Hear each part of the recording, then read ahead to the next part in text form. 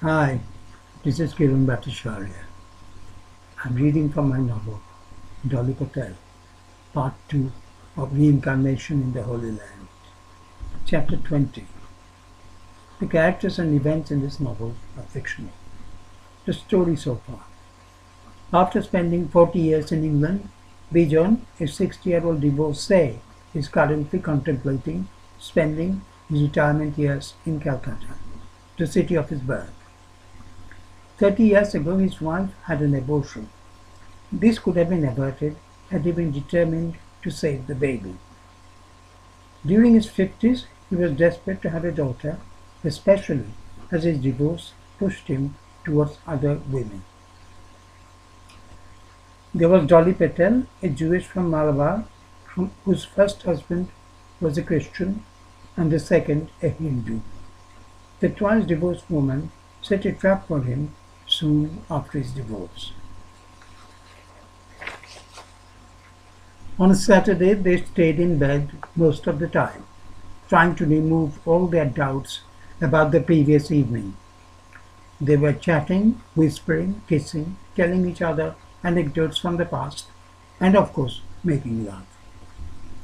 In the morning, Dolly got up to prepare breakfast while he lazily stretched himself across the bed.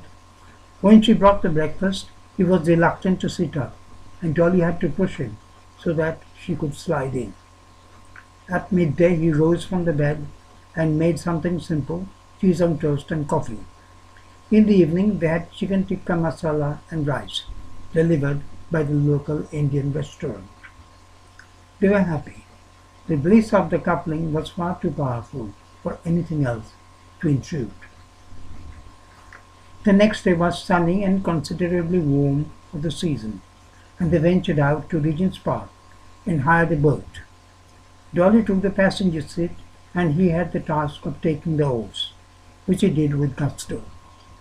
During his student days, he used to row regularly. Though a little rusty now, his skill was well beyond that of a novice. Dolly was humming a Bollywood song of love and passion, which brought a faint smile to his lips. Soon the seriousness descended. Am I really in love with her? He wasn't sure. The ghost of his previous life, his life with Carol, cast a shadow. Why did you leave your husband?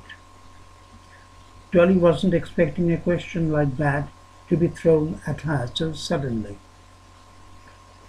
You know my problem with Shudin. He wanted me to be the breadwinner, while he did absolutely nothing, staying at home and watching TV. That was what he did all day, every day. I didn't mind that. No, that's not true. Of course I did.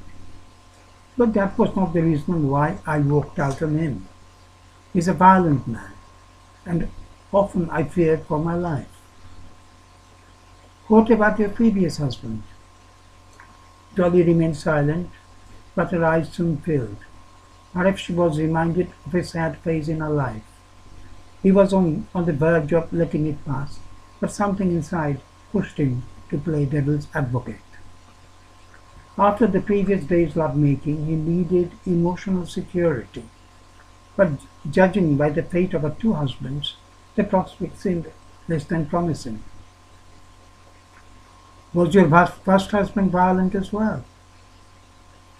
Dolly shook her head. Obviously, he weren't happy. Otherwise, he wouldn't have left him. And not just him, you were also leaving your child, who must have been very young at the time. How old was he? 3 or 4? How awfully tough it was on him. And you? I know how much I had to suffer to leave Adam, and he was 18, going to university.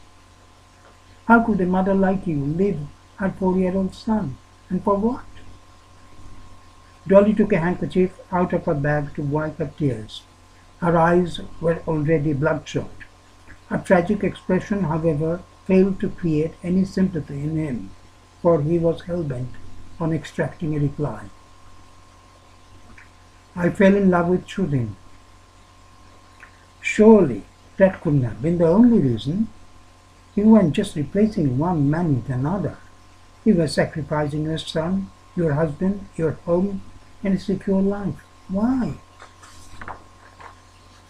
People make mistakes, and I made a mistake. I was young, and Robert Patel was a good deal older than I was. We didn't have much in common. Sudhin was good looking in those days. He was smart, and I fell for him. And you had sex with him. Dolly was stunned by his insensitive questioning.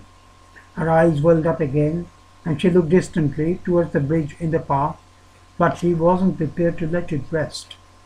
To combat his own vulnerability, he had to interrogate her ruthlessly.